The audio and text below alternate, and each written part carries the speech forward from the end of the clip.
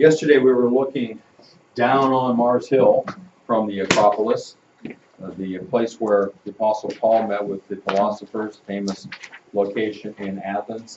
And here's a view then from the bottom of Mars Hill. So there are steps going up.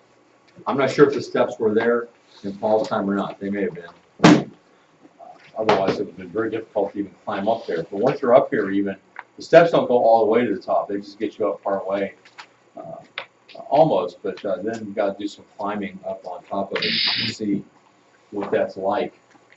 So in order to be a philosopher, you had to be a rock climber, apparently, in Athens. I didn't even go all the way to the top. Because of all the people that have been walking on this for a couple thousand years, it's very slippery. You ever been on rock that people have walked on? How slippery. In fact, I did slip at one point and landed on my behind. So I did not go any further up than I thought was safe. All right, so in our notes then, we're ready to move from Athens to, or we're within Athens, I should say, to what the government was like in Athens. As I think I had said to you before, they started out with a monarchy and went from that to an oligarchy. Monarchy is, everybody? Ruled by one. Okay, that was a few of you. And what is oligarchy? Ruled by a few. All right, that was much better. Then in the oligarchy, they had a council of nobles and a chief magistrate they call an archon, which has loosely the idea of ruler, who was elected from the nobility. All right. Then a guy came along who moved them toward democracy. His name was Solon. Solon became a leader in Athens and provided economic and political stability for them. And when you have that kind of atmosphere, it lends itself to having more freedoms, direction that way. And so he instituted reforms that helped the common man, such as forbidding the practice of making debtors into slaves. You know, if you know that if you go into debt and can't repay it, that you'll become a slave, you're less likely to go into debt. Well, you might say, well, that's a good thing. Yes, but it also means you're going to have less people starting businesses. You follow? Yeah, oftentimes to start a business, you have to borrow money. And if you're afraid of being made a slave as a result of it, then you're not going to do that. You're not going to take that risk. And so he eliminated that. Next, he created the Council of 400, who were representatives of all sections of Athens. So essentially, he moved them into a more of a Republican-style government, that is, where they're representatives from all different parts of the city, all different people in the city. All right, so Solon is given credit for moving them towards more representative rule. Any questions about Solon? He has been honored by the naming of a city in Ohio. Anybody ever been to Solon, Ohio? It's not too far away from here, about an hour and a half towards Cleveland. Well, tyrants came into play here in Athens, and they actually tried to do some good things. They brought reforms and reorganization of the government on behalf of the lower classes. So, which is unlikely in most times in history when somebody becomes a tyrant. Usually they're just out for themselves and their buddies. But there were some people who took control in Athens who actually were looking out for the lower classes. And then along came Pericles. Pericles led Athens into a rule of the people. In 478, the walls erected around Athens enclosed an area of 3.5 square kilometers, including the Piraeus or harbor district. Now that's not huge. The full population of the city was over 140,000, but only 40,000 of these were full male citizens. So even at with Pericles' reforms, still not that many people were considered citizens and could vote.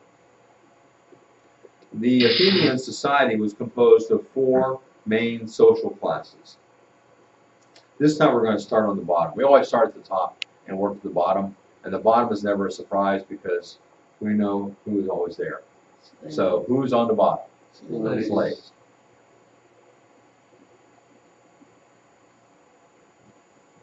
Next we have, well, let me talk about the slaves first, I guess. Then we'll go to the next one. The slaves, of course, were the lowest class. According to many contemporary accounts, they were far less harshly treated than in most other Greek cities. Indeed, one of the criticisms of Athens was that its slaves and freemen were difficult to tell apart. In other words, people criticized Athens. Yeah, you go into Athens, I can't tell the difference between a slave and a freeman. They thought that wasn't good. They were a fundamental part of the economy of Athens. The most prized slaves worked as tutors and police officials. So you can see why maybe it could be hard to tell the difference between a free person and a slave. One group of elite slaves was even empowered to herd citizens to the assembly with a long rope dipped in paint. So you remember back in kindergarten, did you ever have to hold on to a rope for preschool or something? Does anybody do, maybe people don't do that anymore. I remember years ago seeing little kids walking from one place to another and all hanging onto a rope. Have you ever do that? No? I guess that was considered too animal-like or something. But they would actually send slaves out to get people to go to an assembly that was required, and they would use a rope. Next in status were domestic slaves, who under certain circumstances might be allowed to buy their own freedom. Often looked upon as one of the family, during certain festivals they would be waited upon by their masters. They had a turnaround day. You know, on that day, slaves were like the master, and the masters served the slaves. The lowest of all slaves were those who worked in the nearby Laurium silver mines. Most slaves didn't last too long working in the mines.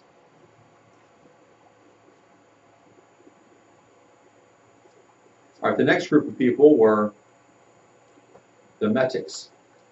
These are non-citizen free persons. So they're not slaves, they're free, they can come and go, but they're not considered citizens.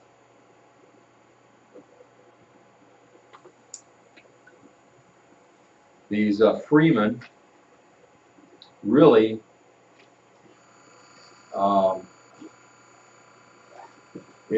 if they're either citizens or not citizens, if you're free, and these freemen, along with the citizens, would have been all the male citizens of the city. You're either a metic or you're a citizen.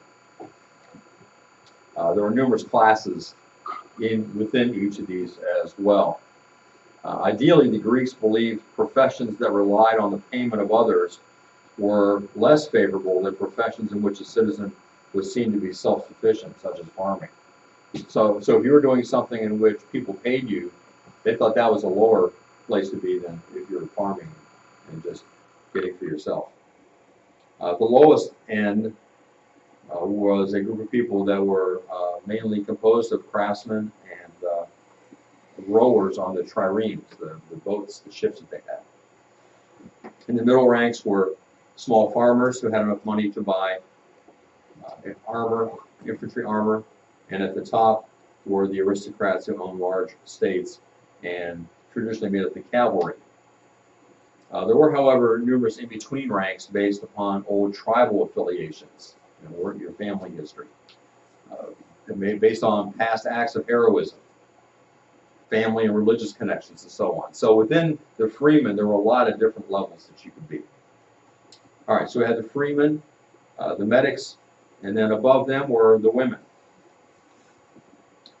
Most young Greek women would be married at about the age of 14.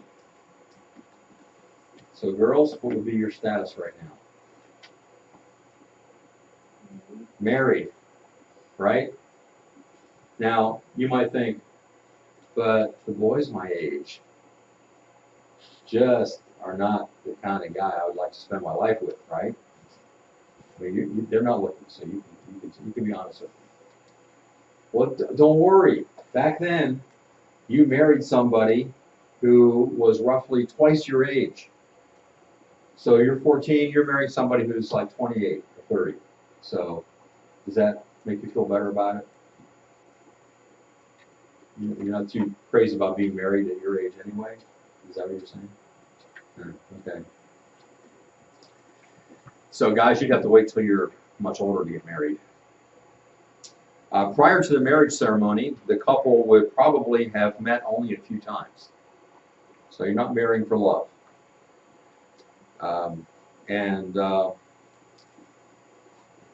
The bride would have most normally be a virgin.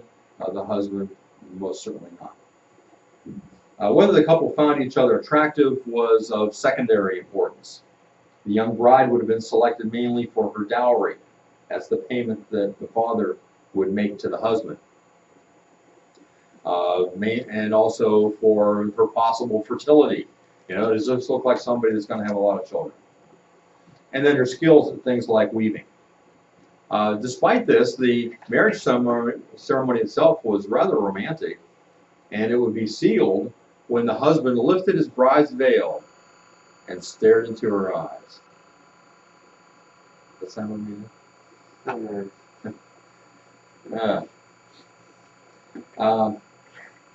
Once married, a respectable Greek wife would be confined primarily to the household, since even shopping was the husband's job.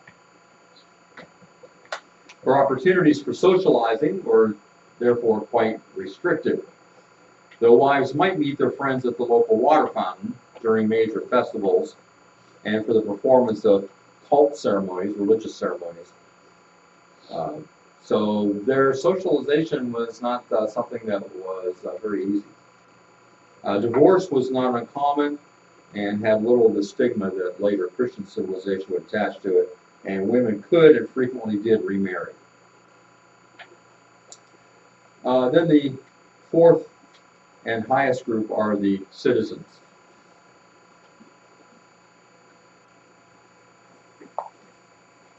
And of course, these are the men that are involved in government and most likely farmers.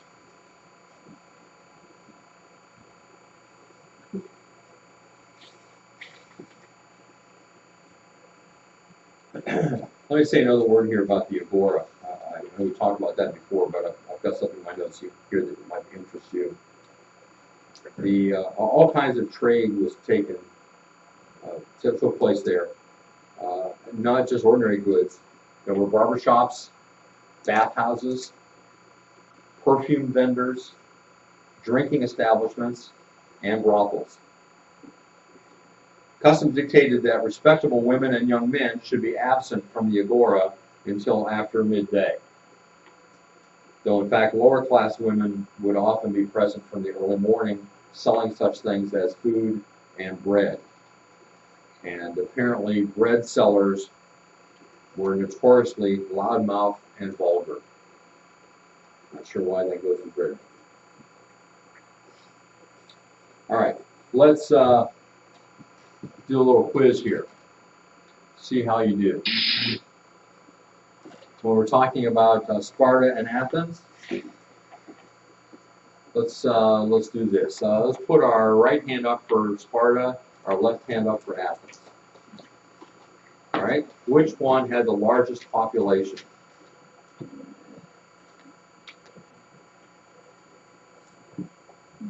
Most of you are saying Athens. Did we say which one had the largest population? In the Sparta training, we just did one of those worksheets we just did like last night, but then it added it. And it said that they had the highest population. It said that Sparta had the lowest. Oh, the lowest. Had lower. Oh, okay. The lowest, what you're saying, Athens. Okay. All right, that makes sense. Because Sparta was very confined. Which had a limited democracy.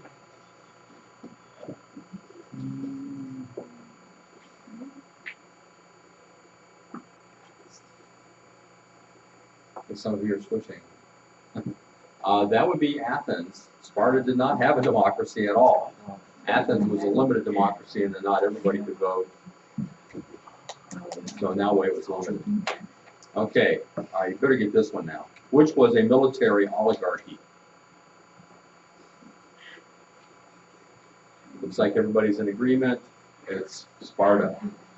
All right, which had 2 kings? Oh.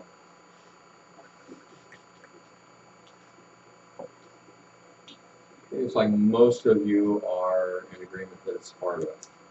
Yeah, remember Sparta had 2 kings, and they had an assembly that was watching the kings.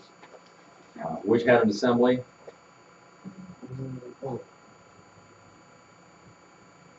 Okay, why do you say Sparta? Those of you who said Sparta. Well, I guess you can't answer that. Just what you think they did. Actually, both of them had an assembly of some kind. So, nobody put both hands up, did they? Yeah, now. Too late now, Daniel. All right, social structure. Which had citizens as the upper class? Okay, we just talked about that. That would be Athens. Although I suppose you could say Sparta too. Which had foreigners as a working class? Yeah, that would be Sparta. Now we didn't talk about this one yet, but maybe you know. Oh wait, no, I skipped. Which had slaves?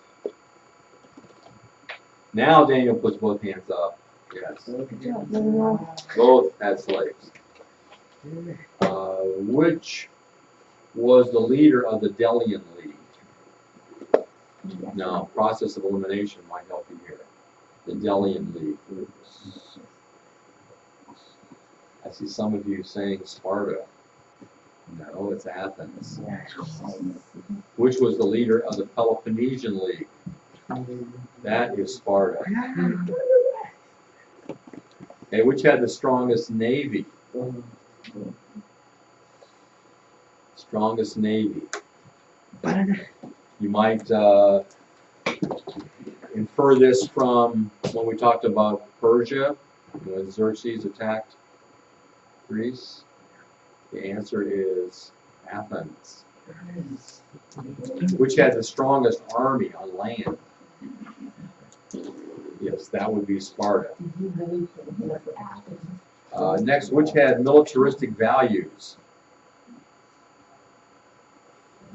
Yeah, I hope you all are raising your hand for Sparta. Which had democratic values?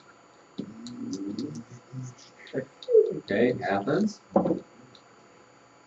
Which limited women's role in politics?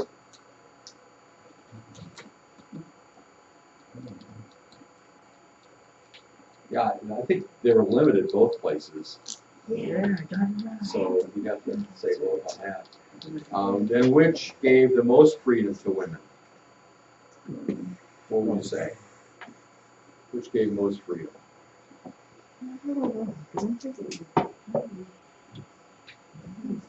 Okay, some of you are saying Sparta because they were treated better than they were in other parts of Greece. All right. Some of you are saying Athens because the women. Look back at women are even above males in the social classes. So women are pretty high up here. So I think we could say that the women are probably. The question is most freedom, probably Athens. Although you can make a case for Sparta in some ways. Okay, which valued choral dance and music? Choral dance and music. Oh, wait. Ryan, you were swayed by those around you. I can't remember which hand was which. Oh, okay. What hand is that? I think it's Sparta. Okay, why are you saying Sparta? Because they had to dance to the facilities. Yes, but that is not choral dance.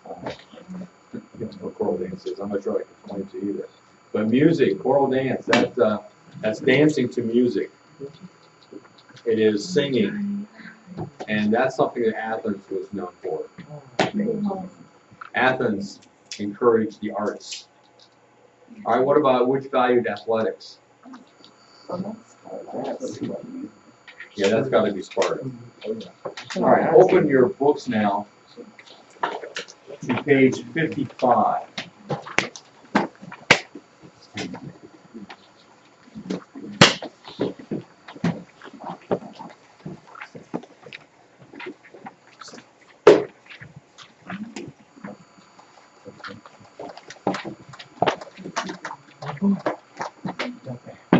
At the bottom of the page, there's a box that's entitled Greek language.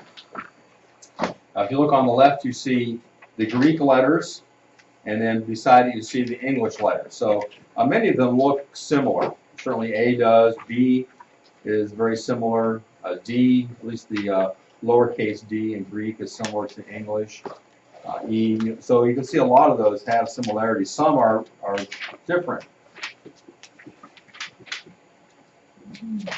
Now, what I want to, and then if you look over on the right-hand side, you see John 3:16 in Greek with the English words below it. So in Greek it says hutos, gar, agapesen, ha theos, ton kosmon. For so for love God the world. Now let's think about the letters and try to match up the letters with the words that are at the bottom of the page. And these are words that we have in English that are very similar to the Greek word. So I want you to start with the first one on the left, and on a piece of scrap paper or somewhere where you've got some room, write down what word that is. The very first one on the upper left. Write down what word that would be in English.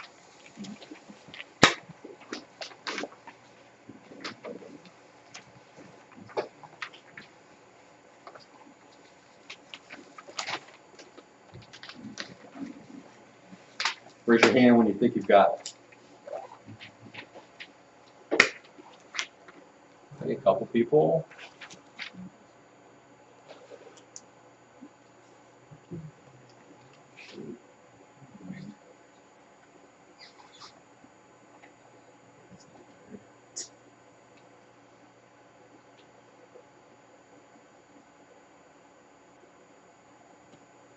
It's like, well, Michael got it right away.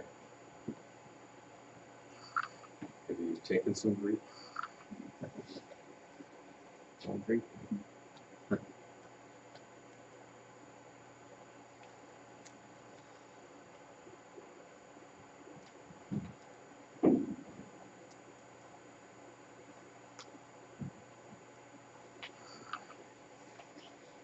Okay, Noel, tell everybody what that is. Ego. Ego. Anybody else see that? Raise your hands if you saw ego. Okay, those that didn't see it, you see it now. Any questions? Okay, look to the next one on the right.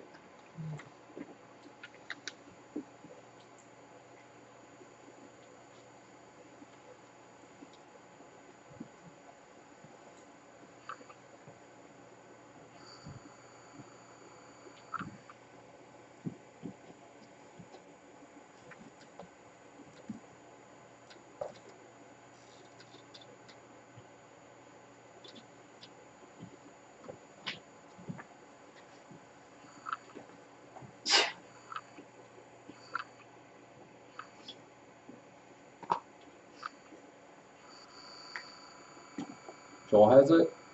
Michael? Jonas? Gio?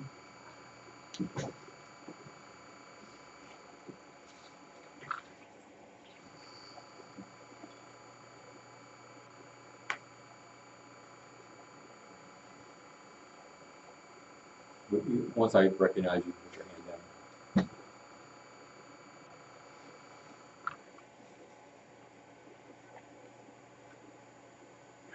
has it.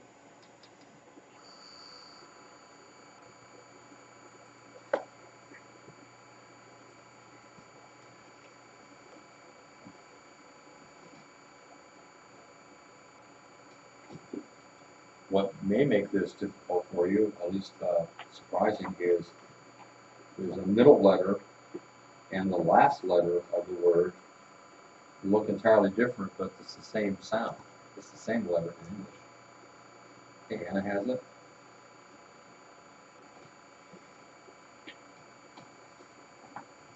Mel has it. Evan has it. Brian, you have it? Victoria.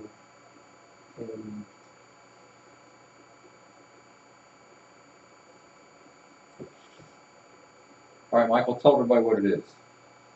Cosmos. Right, cosmos or cosmos. You might pronounce it in English. That'd be like the sky kind of cosmos. Yeah, or the universe. Okay. Sometimes the world is called the cosmos. In Greek, cosmos refers to the world. That's usually how it's translated, the world system.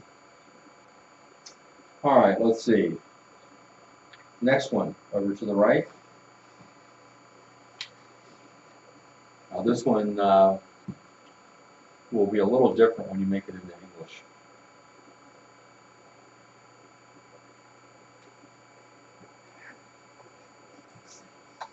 Because the ending in Greek is different from it would be in English. Who else has it? Michael? Jonas?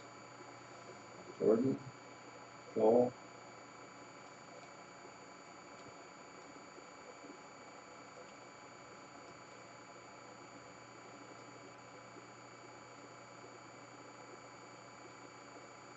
Well, what language are you taking? German. Michael, what are you taking? Spanish.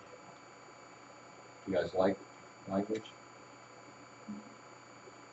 Michael, do you like languages?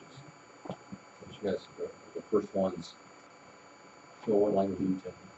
I'm thinking Spanish. I want to major. I think I want to major in something in college. What?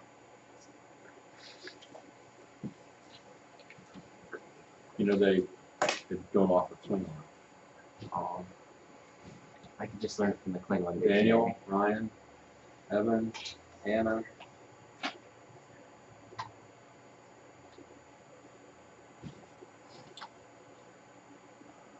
Let's see. Joel, give us this one. I'm pretty sure this is wrong, but Macropos. No. That's right. Jonas? Martyr. Martyr. That P-looking letter is an R. The Greek word is martyros. Yeah. Martyros, which is our word martyr.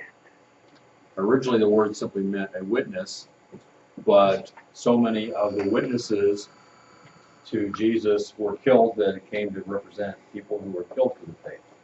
Okay, go to the next word on the right. This again will have a little different pronunciation than it is in Greek.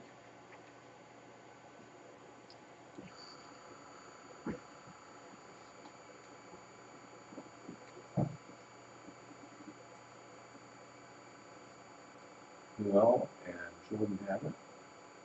Jonas has it. Victoria, Michael.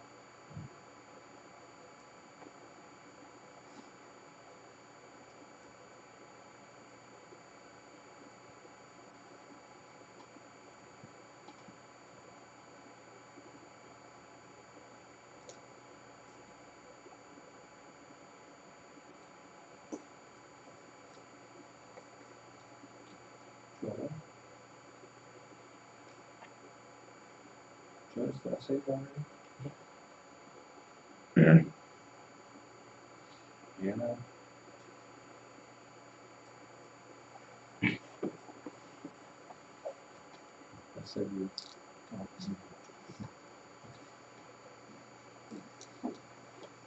Okay, what's this one? Let's see. Can't remember who was first. Try to get somebody different. All right, Evan, tell us what it is. Synagogue? Synagogue. In Greek, it's synagoge. Synagogue. How many had synagogue? All right. Let's go to the bottom row now. On the left. Hopefully you know this word. This one comes directly out of Greek into English. We pronounce it the same. You recognize it as a Greek word in English. Okay. Jonas has it. Noel and Jordan have it. Michael.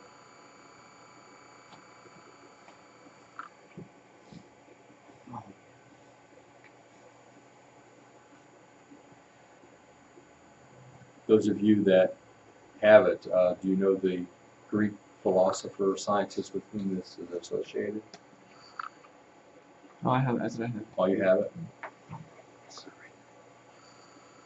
I just had his name in my head and now it left. Oh, Euripides, I think it was.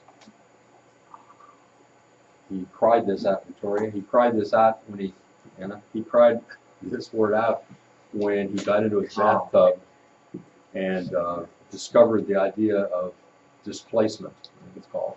Okay. Okay. Daniel, what is it? Eureka. Eureka! So have you all heard the word Eureka? Okay, good. Anybody, how many of you had Eureka? Got it. All right, almost everybody. All right, let's do the next one, the right.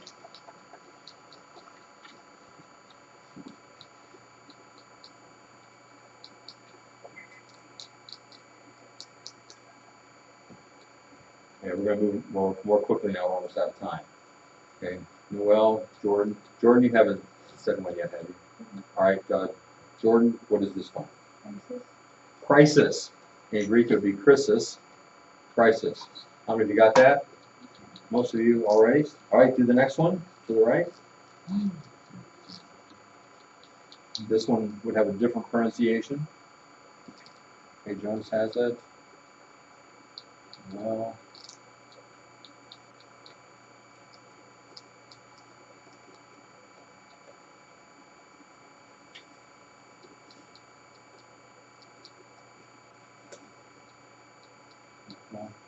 Look at the answers. Jonas, tell them what it is. Mystery. Mystery. The Greek would be mysterion. Mystery. How many just found that one?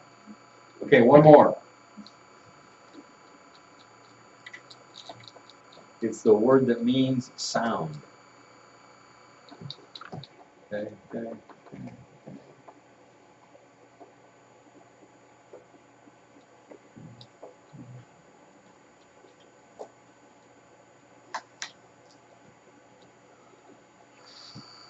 Anna, tell us this one. Our word phonics comes from this, but what is the specific word is what, Evan? Phone. Phone. And Greek is phone. But phonics comes from that, phonetic, all that. It really means sound. Telephone is sound that is goes over a wire. Okay, one more slide we'll look at here. That is some Greek words, their ancient meaning, and then the English word. So here's academy. Barbaros is barbarian. Blasphemia, blasphemy. Character, it's almost the same. Despotes, poet, is poetes. Stoic, we have a school, is skole, which originally meant free time. Okay, we'll see you Monday. Free time is leisure. That is